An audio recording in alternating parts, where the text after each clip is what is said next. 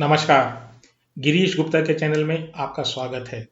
हमारे एक बहुत पुराने दर्शक मित्र हैं जो हमारे चैनल जब से शुरू हुआ है तब से वो हमारे साथ जुड़े हुए हैं। उनका नाम है शर्मन वोहरा।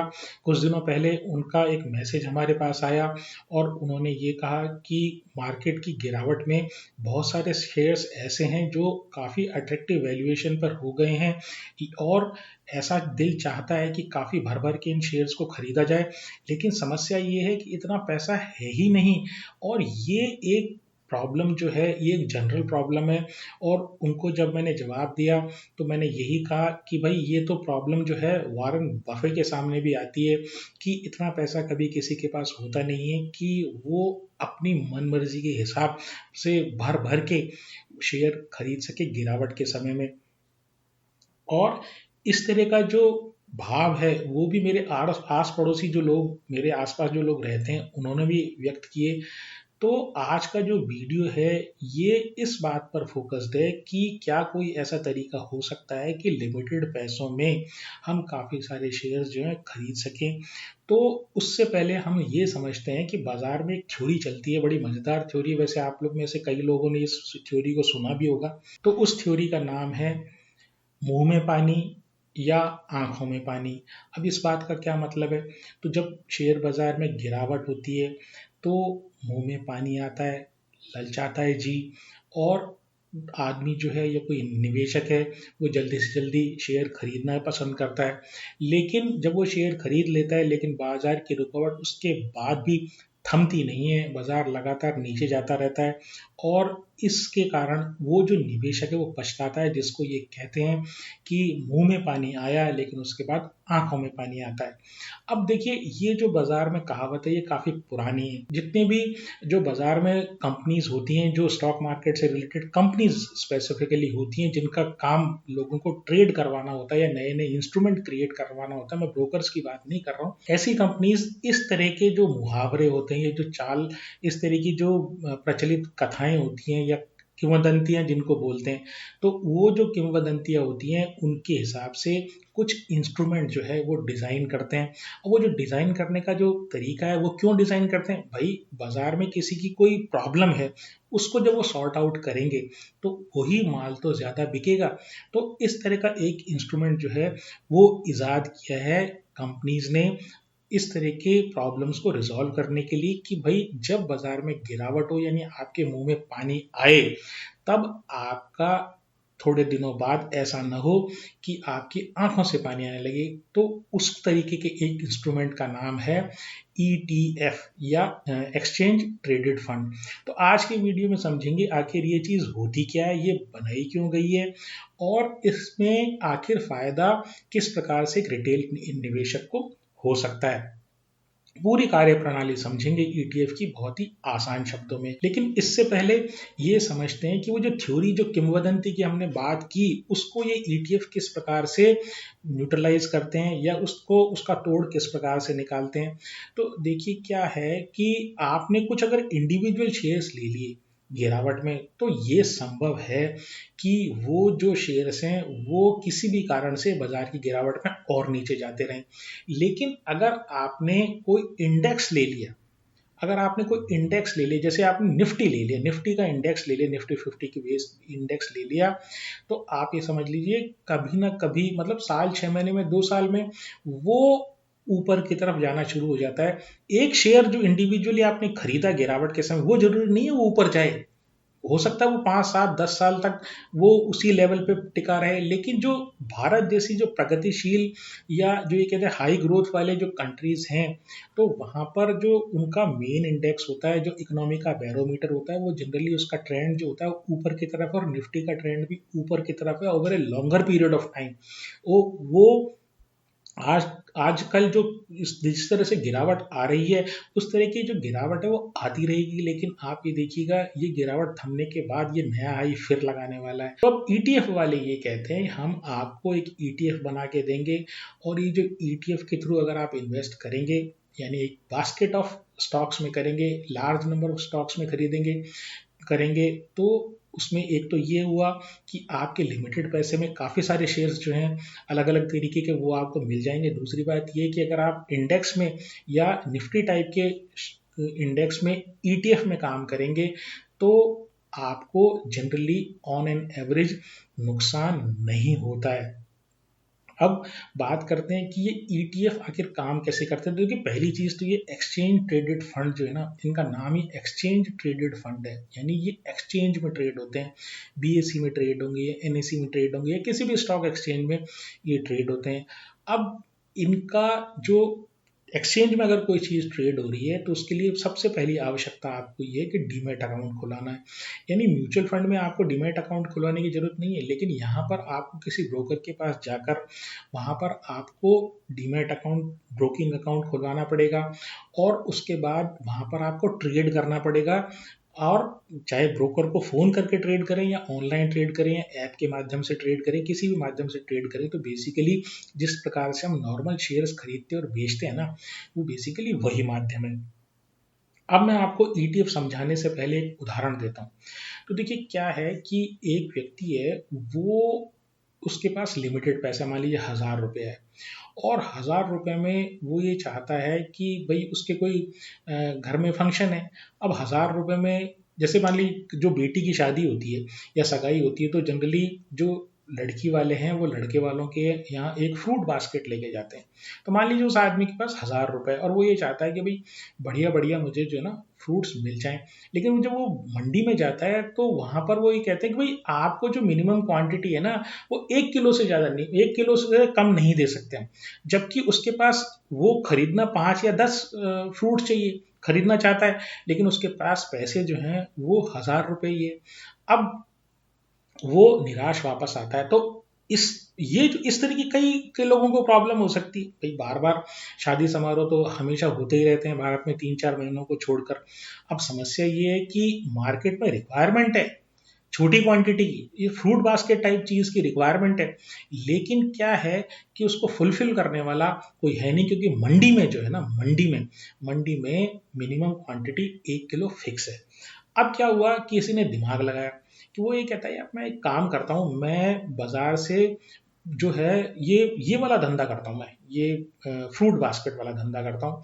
बाजार से मैं फल ले आता हूँ, ठीक है, काफ़ी सारे अच्छे अच्छे फल ले आता हूँ मैं, और वो जो फल जो है ना उसको लाके मैं किसी एक आदमी को दे देता हूँ और उसको ये कहता हूँ भैया आप तो इसके छोटे छोटे पीस करके मुझे वापस दे दे, और फिर मैं जो है ना मैं इसको बाजार में बेच दूंगा।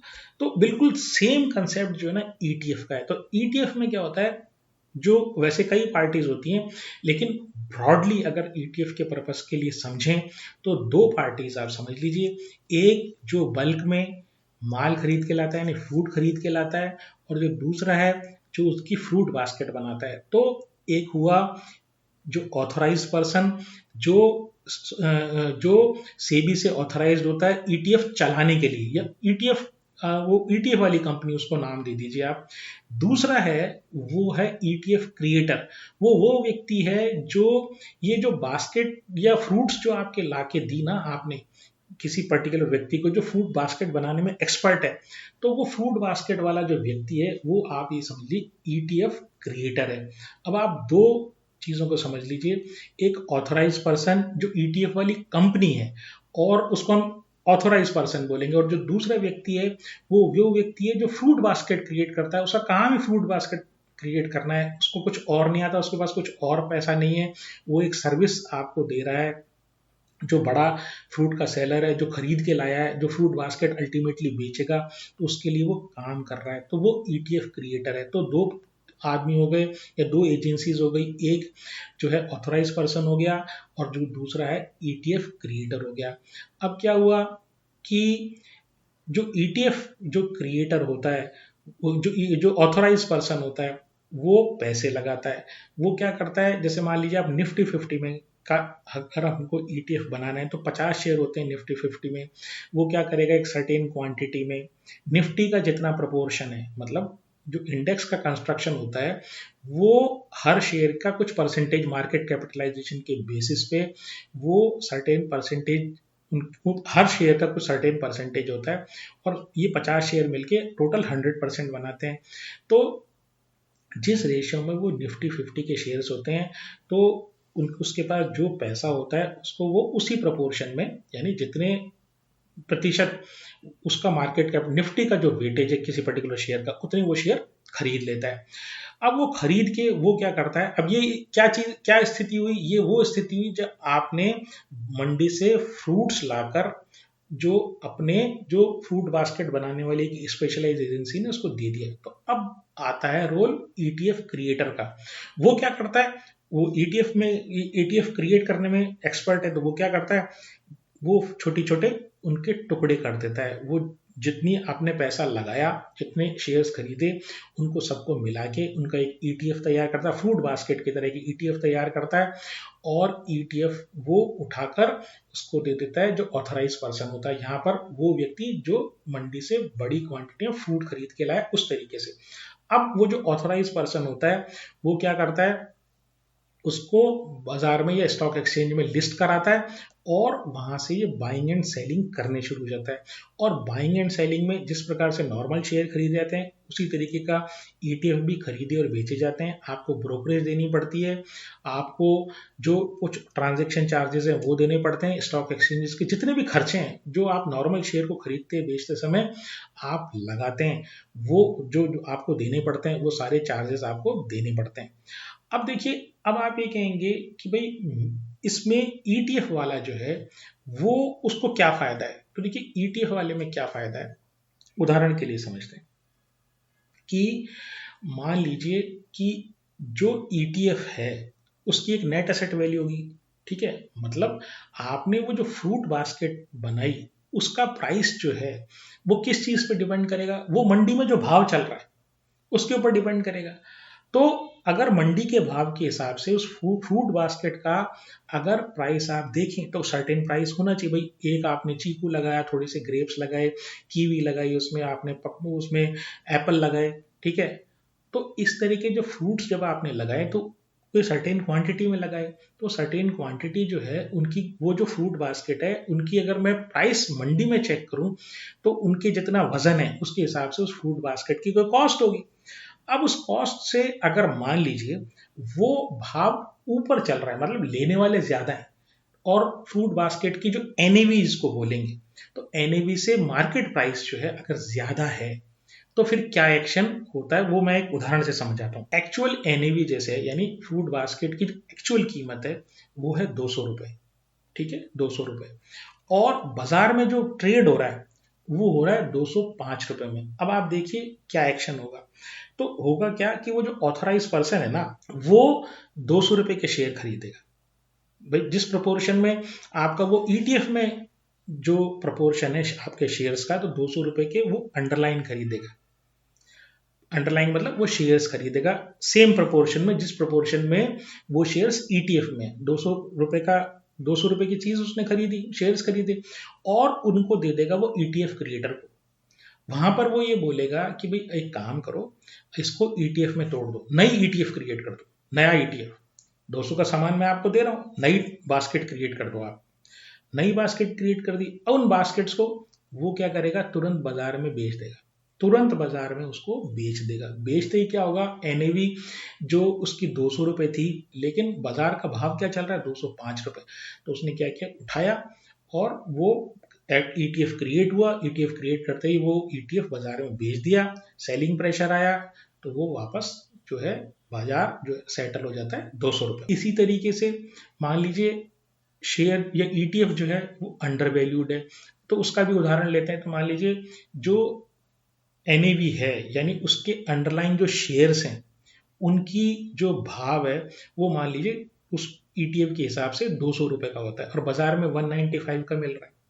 तो ये ऑथोराइज पर्सन जो कंपनी ईटीएफ वाली वो क्या करती है, वो 195 में शेयर खरीदती है, यानी कौन से, ईटीएफ खरीदती है।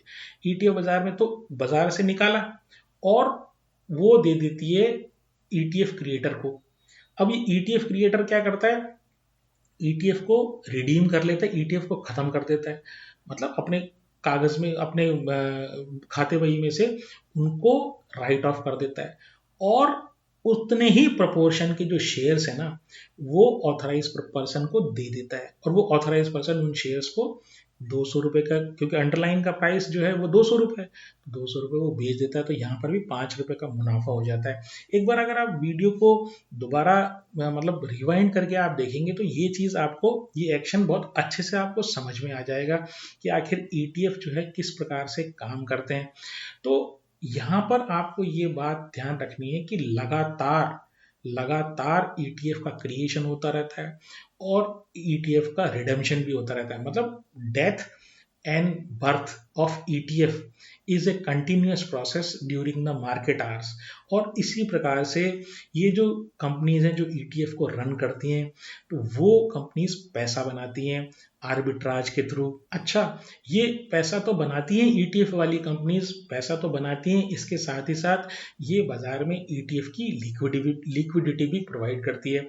अब जान लेते हैं कि एक रिटेल इन्वेस्टर के लिए इस ETF के क्या फायदे हैं और क्या नुकसान है। फायदे मैंने आपको बता दिए कि अगर आपने ETF खरीदा तो आपको एक सस्ती कीमत में आपकी रिक्वायरमेंट के हिसाब से एक बास्केट आपको मिल जाती है जिसमें आप एंजॉय कर सकते हैं। दूसरी बात ये, आपसे कोई गलती होने की संभावना हो सकती है अगर आप इंडिविजुअली स्टॉक पिक करें और उसमें पैसा लगा दें, लेकिन अगर आप निफ्टी 50 के इंडेक्स के ETF लेते हैं तो ये इस जो भारत की जो अर्थव्यवस्था है, ये इकोनॉमी है, ये बढ़ती हुई अर्थव्यवस्था है, तो over a longer period of time आपको ETF में निवेश करने से, अच्छे शेयरों में निवेश करने का जो फायदा होता है वो आपको मिलता है। दूसरी बात क्या है कि चूंकि निफ्टी 50 एक डाइवर्सिफाइड इंडेक्स है, तो एक आपको पोर्टफोलियो डाइवर्सिफिकेशन का बेनिफिट मिलता है।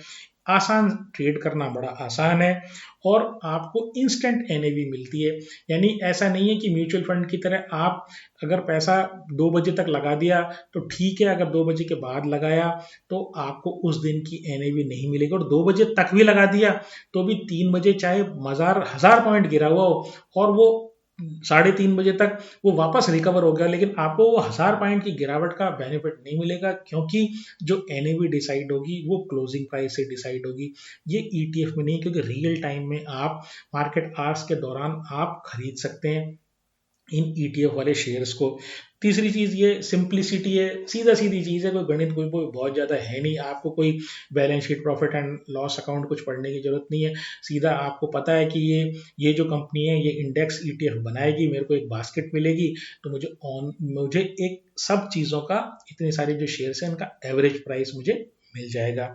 लो कॉस्ट है जैसे मैंने बताया, और आप डायरेक्टली कोई शेयर खरीदेंगे, हो सकता है वो 5000 का हो, 7000 का हो, ये आपकी जेब के मुताबिक जो है वो उस भाव वाले ETF, अलग अलग कंपनी के अलग अलग भाव वाले होते हैं, तो आसानी से ये खरीदे जा सकते हैं। तो अब जानते हैं कि आखिर ETF जो है, ETF का डिसएडवांटेज क्या है। तो कि सबसे बड़ा डिसएडवांटेज जो है वो, बहुत सारे जो ETF होते हैं वो लो लिक्विडिटी वाले थे। लो लिक्विडिटी का मतलब बायर सेलर ही नहीं होता, यानी जो वहां पर बड़ा इंस्टीट्यूशन, जो ETF क्रिएटर है वो एक बड़ा प्लेयर होता है, उसके अलावा जो शेयर खरीदने और बेचने वाले जो होते हैं ना, एक्चुअल रिटेल इन्वेस्टर जिनमें आपस में ट्रेड होता है, वो बहुत ही कम होता है। दूसरी बात ये, जैसे मैंने बताया, डीमैट की रिक्वायरमेंट होती है, डीमैट के आपको चार्जेस देने पड़ेंगे, अकाउंट ओपनिंग के कई बार चार्जेस आपको देने पड़ते हैं, कई बार फर्स्ट ईयर फ्री होता है, काफ़ी सारी स्कीम्स होती है।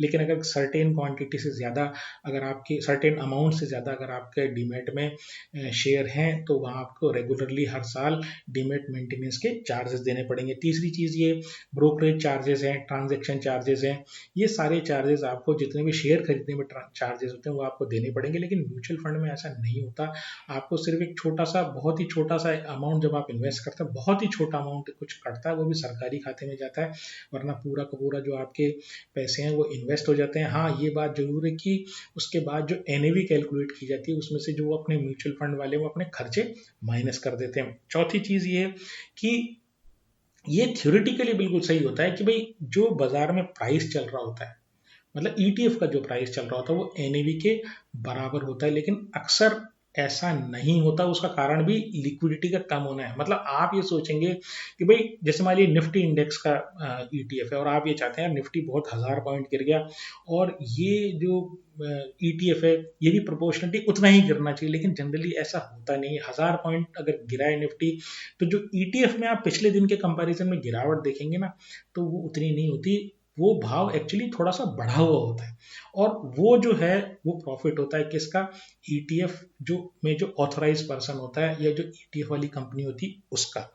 तो ये सारे एडवांटेज और डिसएडवांटेज रहे, लेकिन जो नोविस इन्वेस्टर्स हैं या आज तक आजकल जो जिस तरीके का माहौल चल रहा है जिसमें कोई व्यक्ति जो है एक लिमिटेड अमाउंट में काफ़ी ज़्यादा शेयर अगर खरीदना चाहता है तो ईटीएफ उसके लिए बहुत ही अच्छा, सरल और सिंपल एक इंस्ट्रूमेंट है जो आपकी आंखों में खुशी के आंसू ला सकता है खरीदने के बाद। जब आपके मुंह में पानी आए उसके बाद खरीदने के बाद वो आपको रुलाएगा नहीं बल्कि आपको खुशी के आंसू देगा। तो ये रही आज की प्रस्तुति। अगर आपको मेरा प्रयास पसंद आया हो तो चैनल को सब्सक्राइब करें, वीडियो को लाइक करें और शेयर करें। नमस्कार, धन्यवाद, जय हिंद।